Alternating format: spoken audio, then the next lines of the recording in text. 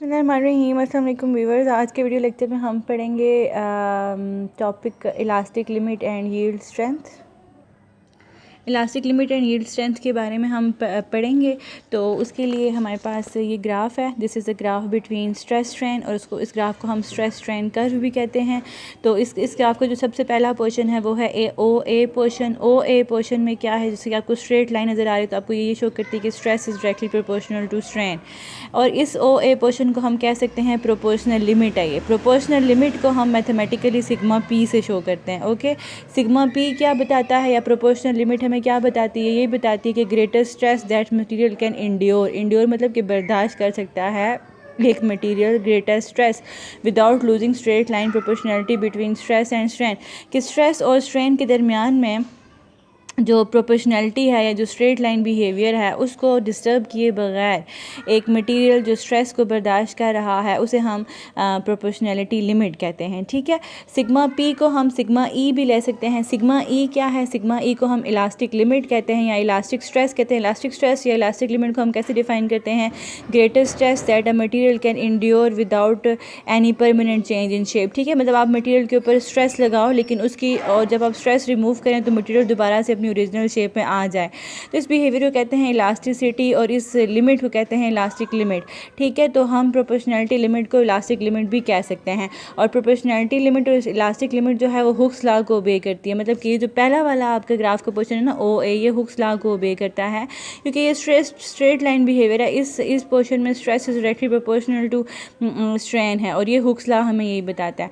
ठीक है, और इलास्टिक डिफॉर्मेशन क्या होती है, ज़ाहिर बात है आपके पास सपोज़ एक रबर बैंड है और आप उसको पकड़ के खींच रहे हैं यहाँ से भी और यहाँ से भी, तो उसमें जो है वो थोड़ी देर के लिए डिफॉर्मेशन आ गई है। ऐसी डिफॉर्मेशन जो स्ट्रेस को रिमूव करने के बाद ख़त्म हो जाए उसे हम इलास्टिक डिफॉर्मेशन कहते हैं। ठीक है, टेम्परेरी मतलब कि वक्ती डिफॉर्मेशन, ओ ए जो है वो वक्ती डिफॉर्मेशन है। ठीक है जी, फिर है अगला बिहेवियर सॉलिड्स में जो होता है वो प्लास्टिसिटी होता है। प्लास्टिसिटी का मतलब ये होता है कि अगर आप ऑब्जेक्ट्स के ऊपर फोर्स अप्लाई करें और इतनी ज़्यादा फोर्स अप्लाई कर दें कि इलास्टिक लिमिट से बियॉन्ड आप फोर्स अप्लाई कर दें, और जब आप फोर्स रिमूव करें, स्ट्रेस रिमूव करें और मटेरियल दोबारा से अपनी ओरिजिनल शेप में ना आए, इसको हम कहते हैं प्लास्टिक बिहेवियर या प्लास्टिसिटी। इलास्टिसिटी तो ये होता है ना कि आपने स्ट्रेस को रिमूव किया और मटेरियल दोबारा से अपनी ओरिजिनल शेप में आ गया, लेकिन प्लास्टिसिटी में मटेरियल दोबारा से अपनी ओरिजिनल शेप में नहीं आता।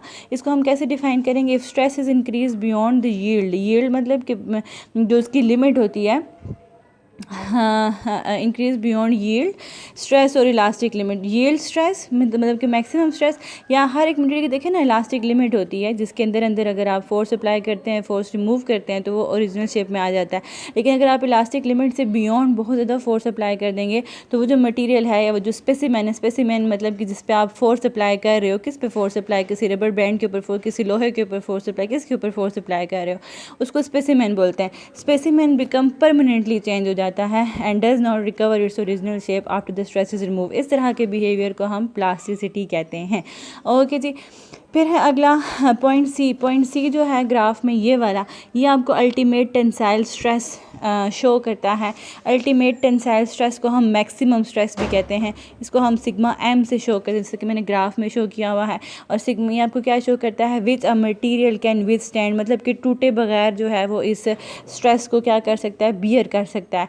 ठीक है, हम ये कह सकते हैं कि ये मटीरियल की स्ट्रेंथ भी है कि वो कितना स्ट्रेस बियर कर रहा है। इसको हम nominal strength of the material भी कह सकते हैं कि आप फोर्स अप्लाई कर रहे हो लेकिन वो अपनी जो है वो शेप चेंज कर रहा है, लेकिन वो दोबारा से अपनी ओरिजिनल शेप में आ जाएगी। ज़ाहिर बात है, आप फोर्स अप्लाई कर रहे हो और उसकी शेप में चेंज आता जा रहा है, वो उसको बियर करता जा रहा है। ठीक है, लेकिन अगर आप उस फोर्स को उसकी लिमिट से बाहर अप्लाई कर दोगे, लिमिट से ज़्यादा अप्लाई कर दोगे तो वो टूट जाएगा। लेकिन अगर वो नहीं टूट रहा तो वो आपको ये शो कर रहा है कि वो उस मटेरियल की कितनी ज़्यादा स्ट्रेंथ है। ठीक है, पॉइंट सी इज़ जो ही मटेरियल का पॉइंट सी क्रॉस होता है ना, पॉइंट सी से ज़्यादा अगर आप फोर्स अप्लाई करते हैं या स्ट्रेस अप्लाई करते हैं तो उसके बाद मटेरियल टूट जाता है। ठीक है, उसे हम फिर कहते हैं फ्रैक्चर स्ट्रेस। ठीक है, पॉइंट सी को क्रॉस कर देंगे तो मटेरियल ब्रेक डाउन, और उस टाइम जो आपने फोर्स अप्लाई हुई उसे हम फ्रैक्चर स्ट्रेस कहते हैं, उसको हम सिग्मा एफ से शो करते हैं। तो ये ग्राफ में सिग्मा एफ शो किया है, sigma S M is showing you the ultimate tensile stress sigma P sigma A showing you, ये मैंने सारा बता दिया आपको। अच्छा जी, फिर है दो तरह, इस इन तमाम प्रॉपर्टीज़ को पढ़ने के बाद हम ये कहते हैं कि मटेरियल्स दो तरह के होते हैं। एक होते हैं डक्टाइल सब्सटेंस। डक्टाइल सब्सटेंस वो सब्सटेंस होते हैं जो कि प्लास्टिक डिफॉर्मेशन में आते हैं, ठीक है। मतलब आपने देखा होगा अगर एक लोहा है तो लोहे के ऊपर आप जब फोर्स अप्लाई करते हो तो उसमें थोड़ा सा उसकी शेप में चेंज आ जाता है, ठीक है, शेप में चेंज आ जाता है। और एक दफ़ा जब शेप में चेंज आ जाए तो वो दोबारा से अपनी टूटता तो नहीं है लेकिन उसकी शेप में चेंज आया हुआ होता है, ठीक है। तो हम कहते हैं कि लोहा जो है वो प्लास्टिक डिफॉर्मेशन में चला गया, मतलब आपने फोर्स तो रिमूव कर दी लेकिन उसकी जो शेप में चेंज आया वो वहीं रहा, वो दोबारा से उसने लोहे ने अपनी ओरिजिनल शेप नहीं गेन की, तो मतलब वो प्लास्टिक डिफॉर्मेशन में आ चुका है। अब जब उसके ऊपर मजीद फोर्स अप्लाई करो करते जाओ तो आखिर में वो लोहा टूट जाएगा। तो ऐसे मटीरियल्स जो कि प्लास्टिक डिफॉर्मेशन में जाते हैं और उसके बाद ब्रेक होते हैं उन्हें हम डक्टाइल कहते हैं, जैसे लेड हो गया, कॉपर हो गया, जो अमूमन मेटल्स होती हैं। और ऐसे मटेरियल्स जो कि इलास्टिक लिमिट के फ़ौरन बाद टूट जाते हैं, which break just after the elastic limit, उन्हें हम कहते हैं ब्रिटल सब्सटेंस। लाइक ग्लास है तो ग्लास, शीशे का ग्लास होता है, जो ही आप उसकी एक लिमिट होती है, अगर उस लिमिट से ज़्यादा फोर्स अप्लाई करते हो तो एकदम से टूट जाता है। वो ऐसे नहीं होगा कि पहले ग्लास थोड़ा सा टूटेगा और फिर आप फोर्स अप्लाई करते जाओगे तो वो पूरा टूट जाएगा।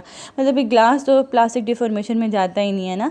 तो इस तरह के जो बहुत नाजुक से मटेरियल्स होते हैं उन्हें हम ब्रिटल मटेरियल कहते हैं, और जो थोड़े हार्ड मटेरियल होते हैं जैसे कि मेटल्स वगैरह तो वो डक्टाइल सब्सटेंसेस होती हैं, ठीक है। आपकी ये असाइनमेंट है 17.1 नंबर असाइनमेंट, ये आपने करनी है और मुझे इसका आपने फीडबैक देना है। Thank you so much for watching the video.